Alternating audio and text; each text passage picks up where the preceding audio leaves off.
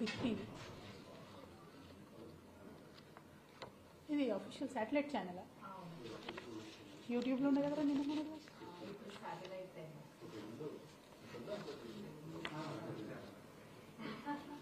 ఏంటి గవర్నమెంట్ కాదు Congress channel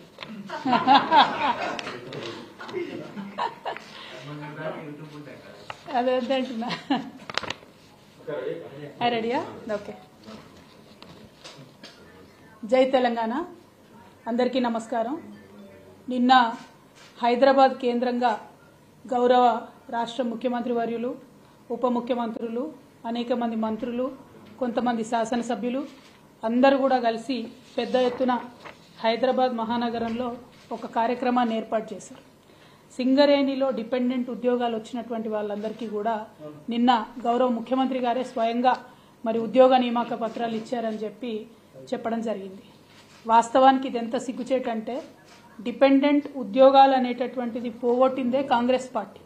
INTUC అని కాంగ్రెస్ పార్టీ యొక్క ట్రేడ్ యూనియన్ ఏదైతే ఉంటుందో వాళ్ళ సంతకాలతోని, ఏఐటీయూసీ సంతకాలతోని, తెలుగుదేశం పార్టీ ట్రేడ్ యూనియన్ సంతకాలతోని జాతీయ రాష్ట్రీయ ట్రేడ్ యూనియన్లు అన్నీ కలిపి ఆనాడు డిపెండెంట్ ఉద్యోగాలను పోడగొడితే కేసీఆర్ గారు వచ్చి డిపెండెంట్ ఉద్యోగాలు ఇచ్చి 20,000 నియామకాలు జరపడం జరిగింది.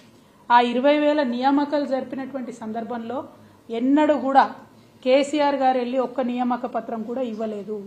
ఇది కేవలం సింగరేణి సంస్థలో రెగ్యులర్గా జరిగేటటువంటి ఒక ప్రొసీజర్గా ట్రీట్ చేసి అక్కడ లోకల్ స్థాయిలో ఉండేటటువంటి జనరల్ మేనేజర్స్ అంటే జీఎంల పరిధిలో నియామక పత్రాలు ఇచ్చేటట్టుగా బీఆర్ఎస్ ప్రభుత్వం ఈ అంశాన్ని అంతటిని కూడా టేకప్ చేసి, కానీ ఇప్పుడున్నటువంటి గౌరవ ముఖ్యమంత్రి వర్యులు జీఎం స్థాయిలో చేయాల్సినటువంటి పనిని హైదరాబాద్కి తీసుకొచ్చి సీఎం గారి స్థానాల్లో ఈ నియామక పత్రాలు ఇస్తా ఉన్నారు.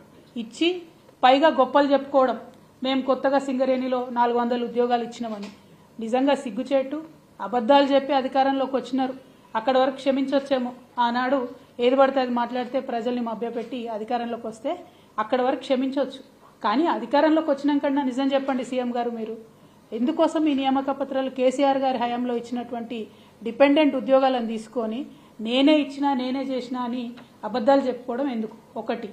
రెండు, మీరు మొత్తం ఉద్యోగాల గురించి మాట్లాడుతూ ఉన్నారు సింగరేణిలో, దీనివల్ల ఏదో రాజకీయ ప్రయోజనం పొందినాం మేమని చెప్తా ఉన్నారు. అటువంటిది ఎక్కడా కూడా జరగలే. కేసీఆర్ గారు ఏనాడైనా కూడా సింగరేణిని తన కన్న తల్లిలాగా చూసినారు. సింగరేణి ప్రైవేటీకరణ జరగొద్దని కోరుకున్నారు. సింగరేణిలో ఉన్నటువంటి ఉద్యోగాల సంఖ్య పెంచాలని చూసినారు తప్పితే తగ్గించాలని చూడలే. మీ గురువుగారైనటువంటి చంద్రబాబు నాయుడు గారి హయాంలో మాత్రమే సింగరేణిలో గోల్డెన్ హ్యాండ్ షేక్ ఇచ్చి ఉద్యోగులందరినీ తీసేసి ఉద్యోగుల సంఖ్యను తగ్గించినారు. ఈ విషయం ప్రతి ఒక్క కార్మిక బిడ్డకు, ప్రతి ఒక్క సింగరేణి బిడ్డకు, ప్రతి ఒక్క తెలంగాణ బిడ్డకు కూడా తెలుసు. కాబట్టి అబద్దాలు చెప్పడం మానేసి మీరు కొత్తగా ఇస్తున్న ఉద్యోగాలు ఎన్నో దయచేసి చెప్పాలని చెప్పి ఈ సందర్భంగా నేను గౌరవ రాష్ట్ర ముఖ్యమంత్రి రేవంత్ రెడ్డి గారిని డిమాండ్ చేస్తా ఉన్నాను. అదేవిధంగా నిన్నగాక మొన్న స్టాఫ్ నర్సులు, రేపు ఇచ్చేటటువంటి పోలీస్ కానిస్టేబుల్ ఉద్యోగాలు, మినీ అంగన్వాడీలను ఉంటారు 4,000 మంది, వాళ్ళని అప్గ్రేడ్ చేసింది టీఆర్ఎస్ ప్రభుత్వం.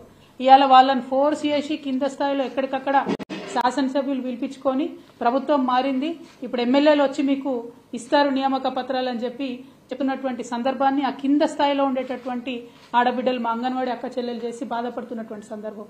కేసీఆర్ గారు చేసిన పనులు మీరు చేసిన పనులుగా చెప్పేది ఉంటే మీకు ప్రజల అధికారం ఎందుకు ఇచ్చినట్టు? ప్రజలు మీకు అధికారం ఇచ్చిండ్రు కాబట్టి కొత్త పనులు చేయండి, మంచి పనులు చేయండి, ప్రజలకు పనికొచ్చే పనులు చేయండి అని చెప్పి ఈ సందర్భంగా గౌరవ ముఖ్యమంత్రి వర్యులకు మేము సూచన చేస్తా ఉన్నాం. దీంతో పాటు బాగా పెద్ద ఎత్తున కేసీఆర్ గారి ప్రభుత్వాన్ని దూషించడంలో ఇప్పుడున్నటువంటి ముఖ్యమంత్రి గారు ఆనాడు ప్రచారంలో ముందున్నారు. ఆ విషయం ప్రజలందరూ కూడా తెలుసు. చాలా పర్సనల్గా వ్యక్తిగతంగా కూడా ఆరోపణలు చేసినారు. చేసినటువంటి ఆరోపణలో మహేందర్ రెడ్డి గారని మాజీ డీజీపీ గారు ఉన్నారు.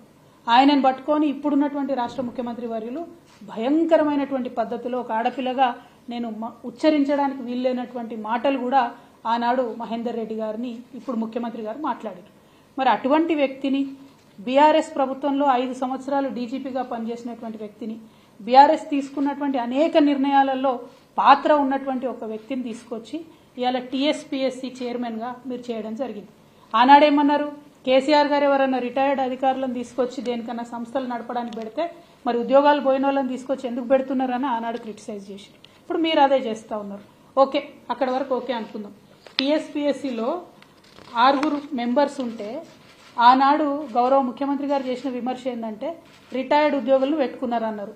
చైర్మన్తోనే దాన్ని తుంగలోకి దొక్కింది. చైర్మన్ కూడా రిటైర్డ్ ఎంప్లాయీ, ఆయనను పెట్టుకున్నారు.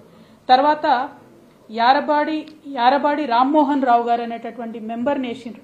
ఆయన అసలు తెలంగాణ ఆయన్నే కాదు. మరి తెలంగాణ బిడ్డలకు ఉద్యోగాలు ఇచ్చే దాంట్లో ఆంధ్ర వ్యక్తిని వేసుకుంటే కరెక్ట్గా ఉద్యోగాలు ఇవ్వగలుగుతాడా లేదా గౌరవ ముఖ్యమంత్రి గారే చెప్పాలి. అట్లనే మేము పొలిటికల్గా ఎవరిని వేయము టీఎస్పీఎస్సీలో అని చెప్పారు.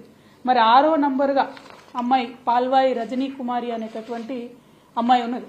ఆమె పొలిటికల్ వింగ్లో అనేక సంవత్సరాలు టీడీపీతో కలిసి పనిచేసినటువంటి వ్యక్తి.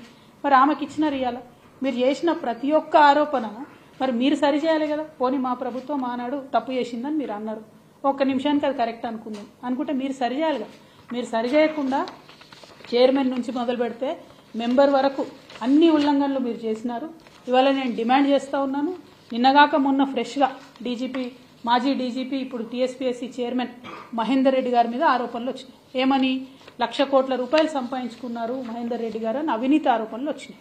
ఇవాళ నేను రేవంత్ రెడ్డి గారిని డిమాండ్ చేస్తూ ఉన్నాను, గౌరవ ముఖ్యమంత్రి గారిని డిమాండ్ చేస్తూ ఉన్నాను, తక్షణమే మహేందర్ రెడ్డి గారిని టీఎస్పీఎస్సీ చైర్మన్గా తొలగించాలి, జ్యుడిషియల్ ఎంక్వైరీ ఆయన మీద వేయాలని చెప్పి డిమాండ్ చేస్తూ ఉన్నాను. ఇదే డిమాండ్తోని త్వరలో గవర్నర్ గారిని కూడా మేము రిక్వెస్ట్ చేస్తాం. ఎందుకంటే టీఎస్పీఎస్సీని ఇంపీచ్ చేయాల్సి వస్తుంది, రద్దు చేయాల్సి వస్తుంది తప్పితే వాళ్ళంతటా వాళ్ళు రిసిగ్నేషన్ చేసినా ఒప్పుకునే పరిస్థితి ఉండదు. జటిలమైనటువంటి ప్రక్రియ. నా బాధ ఏంటంటే టీఎస్పీఎస్సీ బాలేదు మేమేదో నిరుద్యోగులకు అన్యాయం చేసినామని ప్రచారం చేసుకొని వాళ్ళ ప్రభుత్వంలోకి వచ్చినటువంటి మీరు మరి ఒక అవినీతిపరుడైనటువంటి వ్యక్తి అనే ఆరోపణలు వస్తున్నటువంటి వ్యక్తి చైర్మన్గా, మా ప్రభుత్వంలో 5 సంవత్సరాలు డీజీపీగా పనిచేసినటువంటి వ్యక్తిని చైర్మన్గా వేసుకొని, ఆంధ్రోళ్లను మెంబర్లుగా వేసుకొని, పొలిటీషియన్స్ని మెంబర్లుగా వేసుకొని తెలంగాణ యువకులకు ఎట్లా న్యాయం చేస్తారు ఇవాళ మీరు చెప్పాలి. ఎందుకంటే మీరు డిసెంబర్ లోపల 2 లక్షల ఉద్యోగాలు ఇస్తా అన్నారు. కేవలం 60 మాత్రమే మీరు కొత్తగా నోటిఫై చేసిన ఉద్యోగాలు ఇస్తున్నారు తప్పితే మిగతా అన్ని పాతై ఇదివరకే కేసీఆర్ గారు ఇచ్చినటువంటి ఉద్యోగాలని మళ్ళీ కొత్తగా నేను ఇస్తున్నాను ప్రకటించుకుంటున్నారు. నిన్న సింగరేణులు ఇచ్చిన 400 అంతే, అంగన్వాడీలను అప్గ్రేడ్ చేసిన మినీ అంగన్వాడీలను అంతే, స్టాఫ్ నర్సులను అంతే, రేపు రాబోయే 15,000 కానిస్టేబుల్ ఉద్యోగాలు కూడా కేసీఆర్ గారు నోటిఫై చేసినాయి.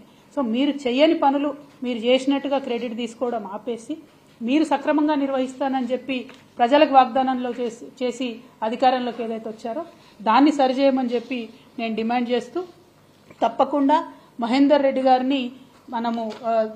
గారి మీద జ్యుడిషియల్ ఎంక్వైరీ వేయాలని చెప్పి నేను డిమాండ్ చేస్తూ ఉన్నాను. దీంతో పాటు ఇంకా విద్యుత్ సంస్థ అత్యంత కీలకమైనటువంటి సంస్థ. ఆ విద్యుత్ సంస్థలో కూడా మీరు మొత్తం ఆంధ్రోలోనే నింపారు. 4 డైరెక్టర్లు ఉంటే 3 ఆంధ్రోలు ఉన్నారు విద్యుత్ సంస్థలో. దాని పర్యవసానం ఏం జరుగుతుంది? ఇవాళ హైదరాబాద్లో గచ్చిబౌలిలో బంజారాహిల్స్లో 4 గంటలు కరెంటు పోతుంది. ఏదైతే ఇండస్ట్రీస్ కోసం పార్కులు పెట్టినామో అందులో 3 గంటలు కరెంటు పోతుంది. ఇక రైతులనైతే పట్టించుకున్న నాదులు లేదు, ఎప్పుడు కరెంట్ వస్తుందో ఎప్పుడు పోతుందో తెలియనటువంటి పరిస్థితి ఉన్నది. మీరు మొత్తం ఆంధ్రోలను నేను 3 పేర్లు చదువుతా ఇవ్వాలి ఖచ్చితంగా. 4 ఎస్పీడీఎస్సీలో మీరు డైరెక్టర్లు పెట్టుకుంటే అందులో నందకుమార్ అంటే ఆయన, నరసింహులు గారు అంటే ఆయన, సుధా మాధురి అనేటటువంటి మేడము, వీళ్ళందరినీ కూడా మీరు డైరెక్టర్లు వేసుకున్నారు. వీళ్లను ఆంధ్రోలను డైరెక్టర్లు వేయడానికి 7 సీనియారిటీ ఉన్నటువంటి తెలంగాణ వాళ్ళను పక్కన పెట్టి ధర్మాధికారి కమిషన్ ఇచ్చినటువంటి రిపోర్టుని మీరు ఆసరాగా చూపించి ఒక సాకుగా చూపించి ఇవాళ ఆంధ్రోలను తీసుకొచ్చి తెలంగాణ కరెంటు మలిపోయే విషయంలో మీరు ఊసబెట్టిర్రు. మరి కరెంట్ ఎట్లా వస్తుందండి? ఎట్లుంటుంది? తెలంగాణ ప్రయోజనాల మీద వాళ్ళకి ఏం ఇంట్రెస్ట్ ఉంటుంది? ఇదివరకు కేసీఆర్ గారు ఉన్నప్పుడు ఒక్క నిమిషం అన్న కరెంటు పోయిందా?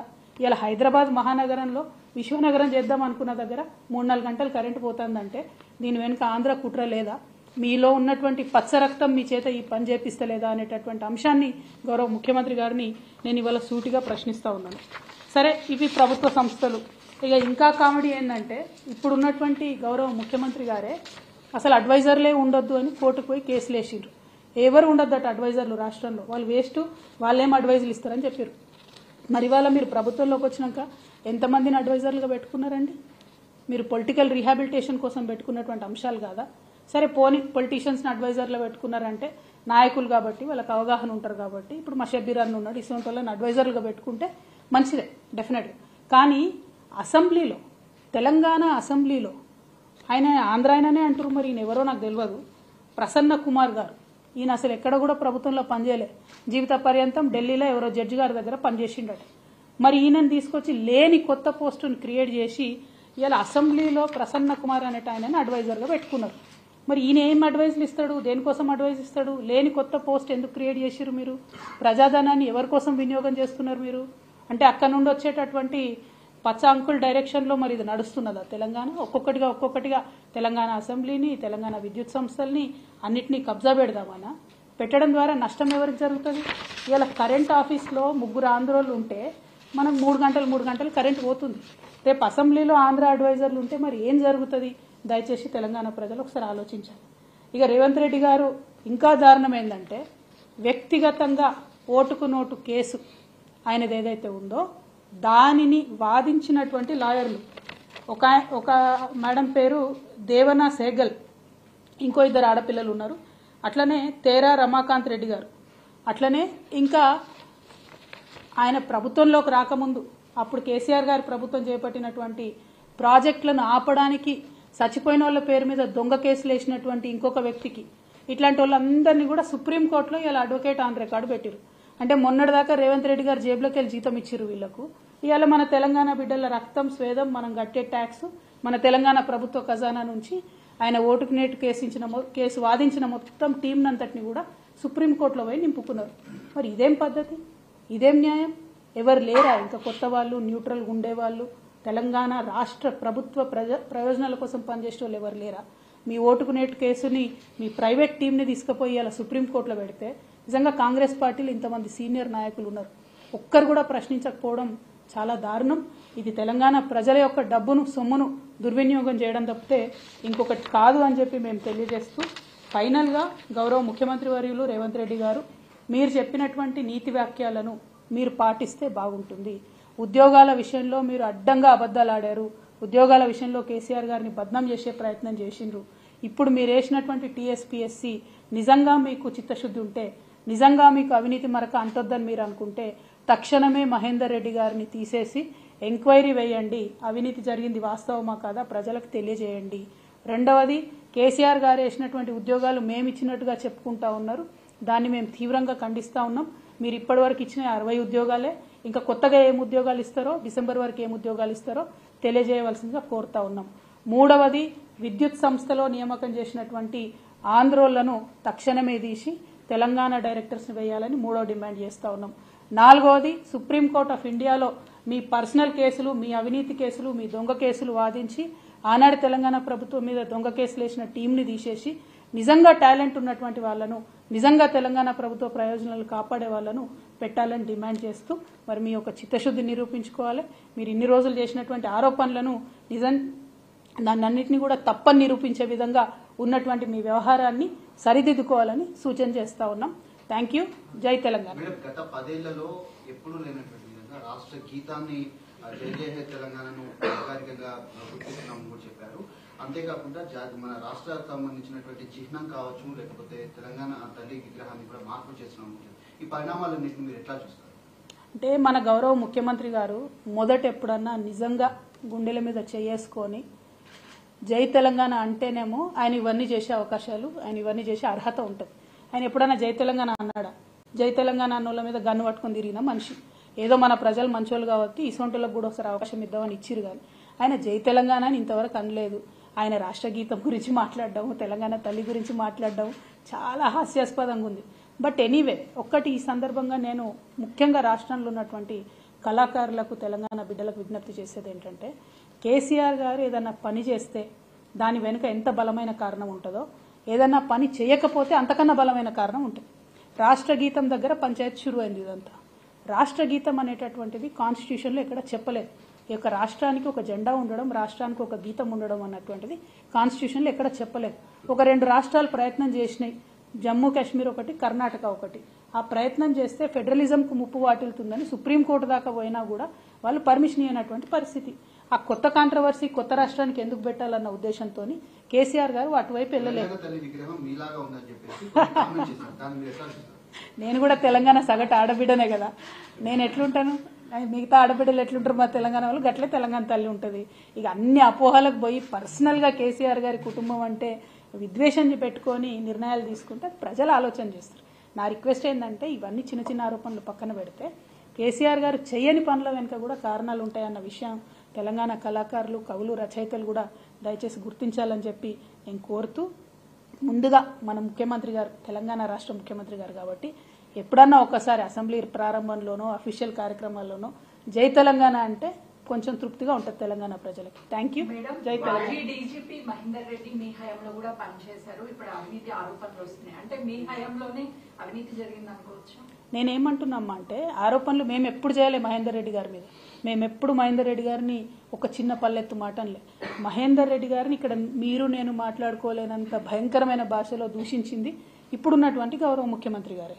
రైట్, అంత దూషించి వీరే తీసుకొచ్చి టీఎస్పీఎస్సీ చైర్మన్గా చేశారు. ఇప్పుడు ఇంకొక లాయర్ ఎవరో వచ్చి అవినీతి జరిగింది అంటారు. మరి ఈ వైరుధ్యాన్ని ఎట్లా చూడాలి? ప్రజలకైతే ఒక క్లారిటీ రావాలి కదా. పోనీ మేము అవినీతి చేసినామన్నారు, మరి మా హయాంలో ఆయన ఉన్నాడు కదా 5 ఏళ్ళు, మరి ఎంక్వైరీ చేయమని అంటున్నాం మేము మహేందర్ రెడ్డి గారి మీద. నేనేం కొత్త కోరిక కోరతలేను కదా. సీఎం గారు చెప్పిన దానికి మరి చెప్పినట్టుగా నిరూపించుకోండి. మహేందర్ రెడ్డి గారు స్వాతి ముత్యం, కడిన ముత్యం అని మీరే నిరూపించండి, ఎంక్వైరీ చేసి జ్యుడిషియల్ ఎంక్వైరీ చేయండి. కానీ ఈ క్రమంలో తెలంగాణ నిరుద్యోగులకు నష్టం జరగకుండా జాబ్ క్యాలెండర్ ప్రకటించండి. మీరు మొన్న ఇచ్చినటువంటి జాబ్ క్యాలెండర్లో ఫిబ్రవరి 1వ తేదీ నాడు గ్రూప్ 1 ఇస్తామన్నారు. వచ్చిందని ఫిబ్రవరి 8వ తారీఖు వచ్చింది. ఏమన్నా అంటేనేమో ఎక్కడ మేము ఇప్పుడే వచ్చినాం, నిన్ననే వచ్చినాం, ఇంకా మూటాముల్లే సర్దుకోలేదు అంటున్నారు. Okay, no problem. దీనిలో ₹1 ఖర్చు లేదు కదా. ప్రాసెస్ ఇనిషియేట్ చేయాలి కదా. టైమ్లీ ఇనిషియేషన్ ప్రాసెస్ కోసమే అడుగుతున్నాం, బడ్జెట్ కోసం అడుగుతలేము. అది ప్రజలు గమనించాలని కోరుతున్నాం. ఈ బడ్జెట్ ఓటాన్ అకౌంట్ బడ్జెట్ ప్రవేశపెడతారని అంటున్నారు. అది ఇదేమో ఫుల్ ఫ్లెజ్డ్గా 5 ఏళ్ళు నడుస్తుంది అనేటటువంటి ఉద్దేశంతో వచ్చినటువంటి ప్రభుత్వం. యాక్చువల్గా అయితే ఫుల్ ఫ్లెజ్డ్ బడ్జెట్ పెట్టొచ్చు. మరి ఓటాన్ అకౌంట్ బడ్జెట్ పెట్టడం అంటే కేవలం పార్లమెంట్ ఎన్నికలను దృష్టిలో పెట్టుకొని తప్పించుకునే ప్రయత్నం ప్రభుత్వం చేస్తూ ఉంది. ఉదాహరణకు నిన్న మేము డిమాండ్ చేసినాం, బీసీ డిక్లరేషన్లో మీరు చెప్పినటువంటి 20,000 కోట్లను అలొకేట్ చేయండి అని. ఇప్పుడు ఆ డిమాండ్ నుంచి తప్పించుకోవాలి, అందుకని ఓటాన్ అకౌంట్ బడ్జెట్ పెట్టాలి. అట్లా వాళ్ళు చాలా విషయాల్లో డిక్లరేషన్లు చేసిండ్రు, బడ్జెట్కి అలొకేట్ చేస్తామని చెప్పారు. అవన్నీ తప్పించుకోవడానికి మాత్రమే ఓటాన్ అకౌంట్ అంటారు. But this is a full fledged government elected by people of Telangana. Full budget పెడితేనే బాగుంటుంది. ఇక అన్ని ప్రాసెసెస్ చేస్తాం కదండి. Thank you. జై తెలంగాణ.